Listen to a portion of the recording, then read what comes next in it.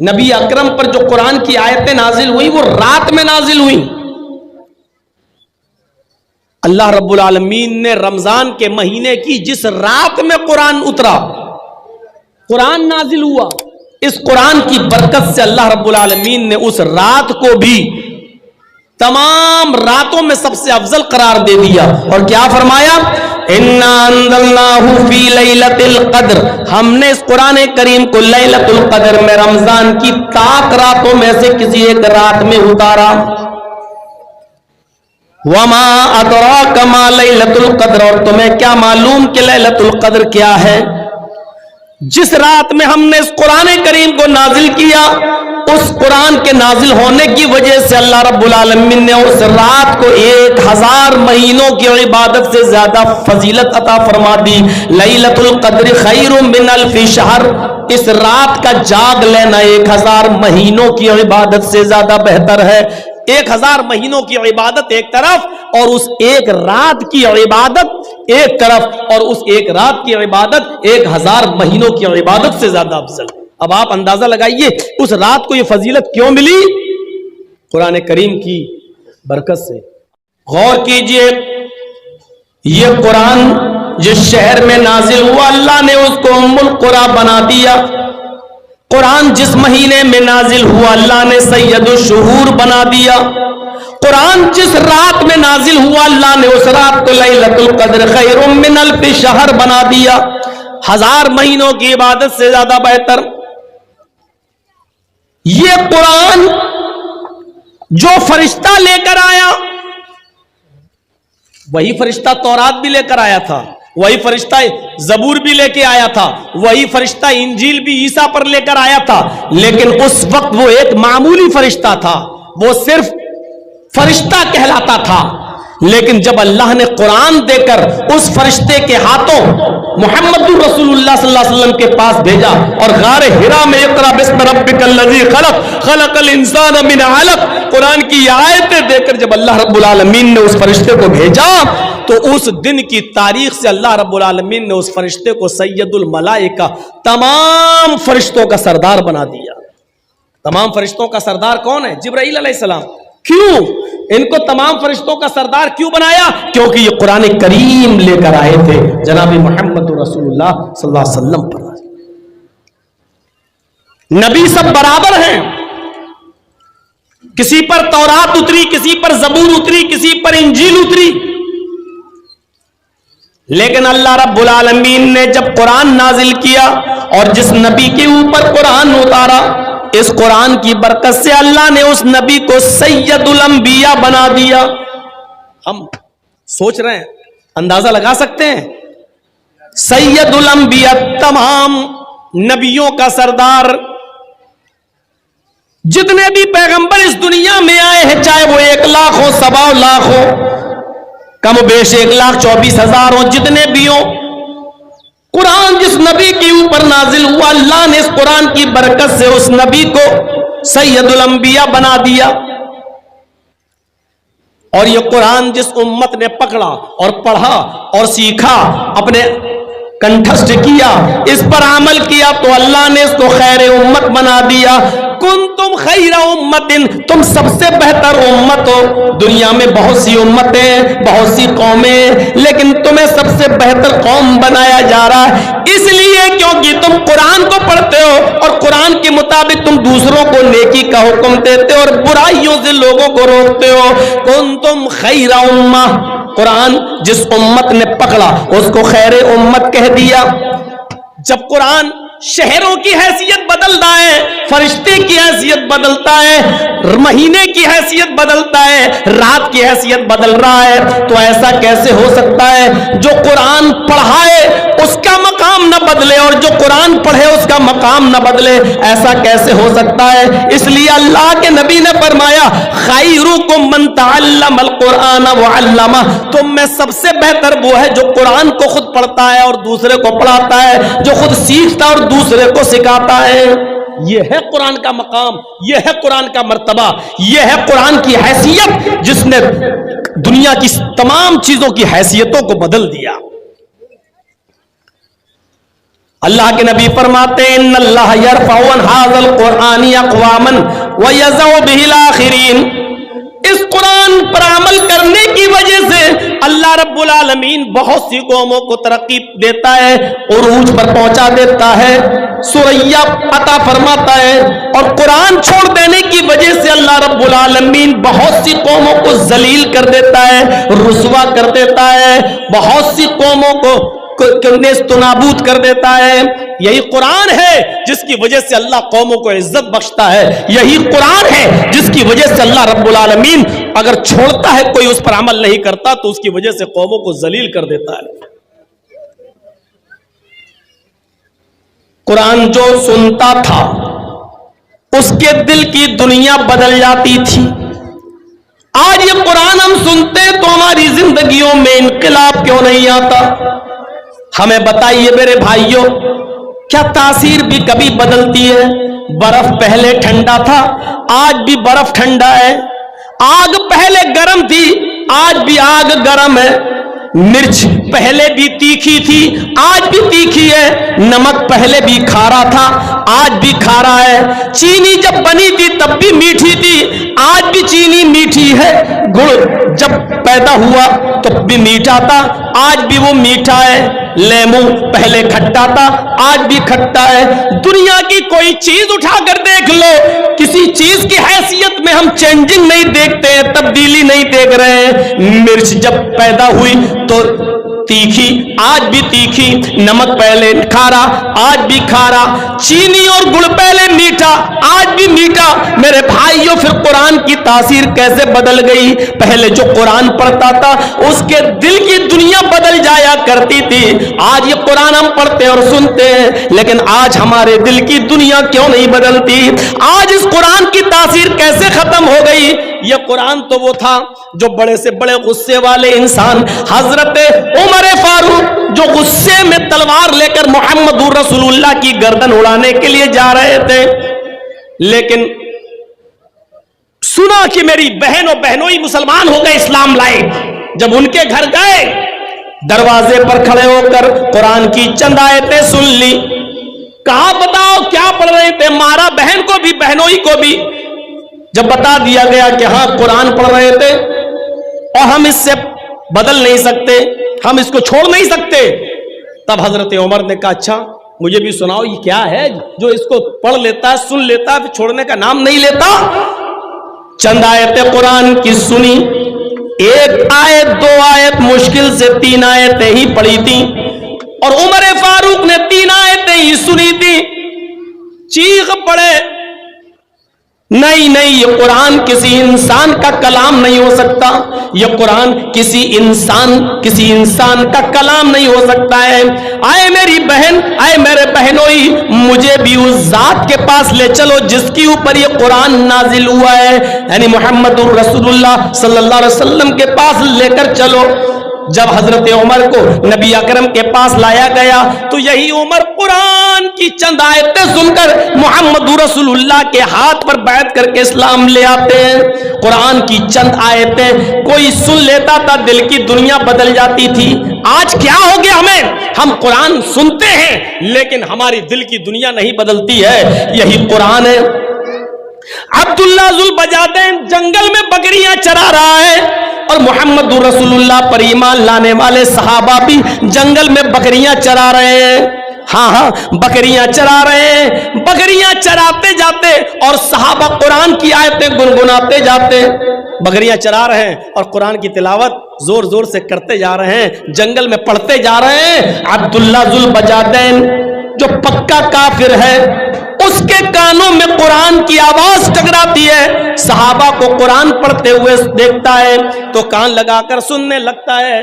ابھی اس نے چند آیتیں ہی سنی تھی، جنگل میں بکریاں چراتے ہوئے چند آیتیں ہی سنی تھی کہ وہ فوراً اپنی بکریاں لے کر واپس آتا ہے اور اپنے چچا سے کہتا ہے اے چچا ان بکریوں کو پکڑو، اب میں ان بکریوں کو نہیں چراؤں گا اور آپ کی غلامی سے آزادی چاہتا ہوں، اس لیے کہ آج ہم نے ایک ایسی کتاب سنی ہے، آج ایسی آیتیں سنی ہے، آج ایسا کلام سنا جو کسی انسان کا کلام نہیں ہو سکتا ہے۔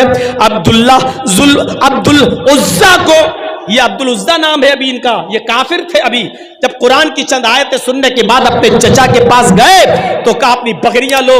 چچا نے کہا کیوں, کیا بات؟ اب میں اسلام لاؤں گا. چچا نے کرتا اتروا لیا, لنگی اتروا دی, گنجی اتروا دی, جوتے تک اتروا دیے, بالکل برہنہ کر دیا, ننگا کر دیا, اور فرمایا جب تم ہمارے نہیں رہے, اسلام لانا چاہتے ہو, قرآن پر عمل کرنا چاہتے ہو, قرآن پر ایمان لانا چاہتے ہو, تو میں نے جو کچھ دیا سب کچھ واپس کرو. کرتا اتار دیا, جوتے اتار دیے, گنجی اتار دی, جو کچھ امامہ سب اتار دیا, صرف لنگی رہ گئی. کہا چچا جان صرف اتنی اجازت دے دو کہ میں اپنے گھر جاؤں اور اپنی ماں سے کپڑا لے لوں, اس کو ہم لپیٹ لیں اور آپ کی لنگی ہم آ کر واپس کر دیں. چچا کہتا ہے نہیں, اتنی دیر کی بھی اجازت نہیں دوں گا کہ تم اپنے گھر جاؤ. اگر تم اسلام پر عمل کرتے ہو, قرآن پر ایمان لانا چاہتے ہو, تو تمہیں لنگی ابھی اتارنا پڑے گی.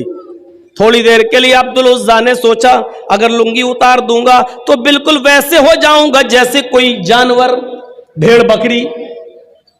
پھر سوچا جب ایمان لے ہی آیا ہوں, کلمہ پڑھنے کے لیے تیار ہوں, تو یہ قربانی بھی دے دینا چاہیے. اپنی لنگی اتاری اور پھینک دی اپنے چچا کے منہ پر, اور چچا کے گھر سے اپنے گھر تک برہنہ, ننگا, کما ولدت امہا, جیسے اس کی ماں نے اسے آج ہی پیدا کیا ہو. اس ظالم چچا نے لنگی تک چھین لی اور اپنے چچا کے گھر سے اپنے گھر تک جب آیا تو بالکل برہنہ اور ننگا آیا. راستے میں لوگوں نے اس کو ٹوکا, آئے عبد العزا یہ کیا ہو گیا؟ اور عبد العزا کہتا ہے اب میں مومن ہوں, اب میں مومن ہوں. کیسا لگ رہا ہے یہ جملہ؟ اب میں مومن ہوں, یعنی ساری چیزیں اتار دی, اب میں مومن ہوں, یعنی ایمان قربانی مانگ رہا ہے. میں نے اپنے کپڑوں کی, جوتے کی, گنجی کی, یہاں تک کہ لنگی تک کی قربانی دے دی, کیونکہ اب میں مومن ہوں. میرے بھائیوں ذرا تصور کرو کہ اس حال میں اب میں مومن ہوں کیسا لگ رہا ہے. آپ تو اپنی نیند کی قربانی دے کر مسجد میں نہیں آ سکتے ہو. آپ تو ہوٹل پہ چائے پینے بیٹھ گئے اور اذان ہو رہی ہے تو ابھی چائے بنی نہیں ہے, لیکن آپ کو معلوم ہے جب تک چائے پیئیں گے جماعت نکل جائے گی, لیکن آپ چائے کی قربانی نہیں دے سکتے ہو مسجد کے لیے. اذان کی آواز سن کر ہم مسجد کی طرف نہیں آ سکتے ہیں. ہم دکان پہ بیٹھے ہیں اور اذان کی آواز آ رہی, ہم دکان کی قربانی نہیں دے سکتے ہیں. اور پوچھو تو کہیں گے ہم مومن ہیں, ہم مومن ہیں. ایمان قربانی مانگتا ہے, قربانی. چچا نے اتنا ہی کہا تھا اگر تم قرآن پر ایمان لانا چاہتے ہو تو لنگی بھی اتار دو, اور اس نے اجازت اتنی مانگی تھی بس کہ مجھے گھر تک جانے کی اجازت دے دو, صرف لنگی تو ہے, چادر پہن لیں گے اور آپ کی لنگی آپ کو دے دیں گے. کہا کہ نہیں, اگر قرآن پر عمل کرتے ہو, ایمان لانا چاہتے ہو تو لنگی بھی اتارو. اور اس نے پھر لنگی بھی اتار دی. ایمان قربانی مانگتا ہے, قربانی. کیسا لگ رہا ہے اس حال میں عبد العزا کا ایمان؟ بہرحال جب وہ اپنے گھر پہ جاتا, دروازے کو دستک دیتا, ماں نے دروازہ کھولا. ماں نے دروازہ کھولا تو کیا دیکھا, میرا بیٹا ننگا. بڑا تھا عبد العزا, اس لیے سر گھما لیا. بیٹے اس حال میں تم اپنی ماں کے سامنے آئے ہو, کیا ہوا؟ میرے دیور نے, تمہارے چچا نے تمہارے ساتھ یہ سلوک کیوں کیا؟ عبد العزا کہتا ماں اس لیے کیونکہ میں ایمان لا رہا ہوں, میں قرآن کو ماننا چاہتا ہوں, میں اسلام لانا چاہتا ہوں. میں نے قرآن کی آیتیں سنی, میرا دل آیا ہے, میں قرآن کریم پر عمل کروں گا. ماں وہ کسی انسان کا کلام نہیں, وہ اللہ کا کلام ہے. ماں نے کہا اچھا تو اپنے باپ دادا کا دین چھوڑ دیا؟ کہا ماں باپ دادا کا دین ناقص تھا, ہم نے چھوڑ دیا, محمد کے دین پر ایمان لانے جا رہے ہیں. دروازہ بند کر دیا ماں نے. اگر تو محمد کے رب پر ایمان لاتا ہے, قرآن پر ایمان لاتا ہے, تو میرے گھر کے دروازے بھی تیرے لیے بند. یہ وہ قرآن ہے جس کے لیے اس بیٹے نے اپنے ماں کا دروازہ بھی چھوڑ دیا. ماں میں تجھ سے گھر نہیں مانگ رہا ہوں, روم نہیں مانگ رہا ہوں, زمین نہیں مانگ رہا ہوں, جب تو نے مجھے بیٹا ماننے ہی سے انکار کر دیا ہے تو میں تجھ سے یہ ساری چیزیں کیوں لوں گا؟ ماں تو نے مجھے پیدا کیا ہے اور اب گھر کے دروازے سے باہر نکال رہی ہے، مجھے ایک چھوٹا سا کپڑا دے دے، کوئی چادر دے دے، بس اتنا دے دے کہ میں اس چادر کو، اس کپڑے کو پہن کر مکے سے مدینہ چلا جاؤں اور جناب محمد رسول اللہ کے ہاتھ پر ایمان لے آؤں۔ ماں نے کہا اچھا ٹھیک ہے، اندر گئی اور ایک چادر اٹھا کر اوپر سے پھینک دی، لے اب تیری شکل مجھے نہیں دکھنی چاہیے۔ یہ ہے قرآن پر ایمان، اپنے گھر کی بھی قربانی۔ اب کوئی گھوڑا نہیں ہے، کوئی اونٹ نہیں ہے، کوئی چیز نہیں ہے، چادر کے 2 ٹکڑے کر دیے۔ جو ماں نے چادر پھینکی اس کے 2 ٹکڑے کر دیے، ایک ٹکڑا پہن لیا اور دوسرا ٹکڑا اوپر ڈال لیا اور چل دیا مکے سے مدینہ۔ جن لوگوں نے حج یا عمرہ کیا ہوگا وہ اچھی طریقے سے جانتے ہوں گے، کوئی تقریباً 400 کلومیٹر کی دوری۔ تصور کیجیے آپ، عبدالعزیٰ کے پاس گھوڑا بھی نہیں ہے، اونٹ بھی نہیں ہے، اور مکے سے مدینہ پیدل چل رہا ہے۔ جہاں تھک جاتا اوپر کی چادر زمین پہ بچھا لیتا، بیٹھ جاتا، جہاں نیند آتی اسی جگہ سو جاتا، تھوڑا بہت ستو جو لے کے آیا تھا وہی کھاتا جا رہا ہے، پانی جہاں مل جاتا پی لیتا۔ رات کا سفر، دن کا سفر، رات کا سفر، دن کا سفر، چند دنوں کے سفر کرنے کے بعد مدینہ پہنچتا ہے۔ فجر کی نماز کا وقت ہے، مسجد نبوی میں گھس جاتا ہے اور منبر کے پاس چپکے سے اسی چادر کو اوڑھ کر بیٹھ جاتا ہے۔ اللہ کے نبی صلی اللہ علیہ وسلم نماز پڑھانے کے لیے فجر کی جب آتے ہیں، منبر کے پاس چھپے ہوئے، چپکے سے بیٹھے ہوئے اس آدمی پہ نظر پڑتی ہے جو چادر اوڑھ کر بیٹھا ہے۔ پوچھا ادھر کون؟ جواب دیا عبدالعزیٰ۔ او عبدالعزیٰ مکے سے آئے ہو؟ ہاں۔ کیسے آئے ہو؟ پیدل آیا ہوں۔ کیا کرنے آئے ہو؟ کہا آپ کو نبی ماننے کے لیے، قرآن کو آسمانی کتاب ماننے کے لیے۔ فرمایا پیدل چلے آئے ہو؟ کہا چچا نے مجھے گھر سے نکال دیا، لنگی تک اتار دی، ننگا گھر تک آیا۔ ماں نے گھر کے دروازے بند کر دیے، صرف چادر لی، گھر چھوڑا، مکان چھوڑا، زمین چھوڑی، جائیداد چھوڑی، صرف قرآن کو اپنانے کے لیے، قرآن پر ایمان مضبوط کرنے کے لیے، اسلام پر ایمان لانے کے لیے میں آپ کے پاس چلا آیا۔ ادھر نبی اکرم چیختے ہیں آئے عبدالعزیٰ، گھر چھوڑ دیا، مکان چھوڑ دیا، بیوی بچے چھوڑ دیے، ماں چھوڑ دی، چچا چھوڑ دیا، کپڑا لتا سب چھوڑ دیا، پیدل چلا آیا اور ایمان بچا لیا۔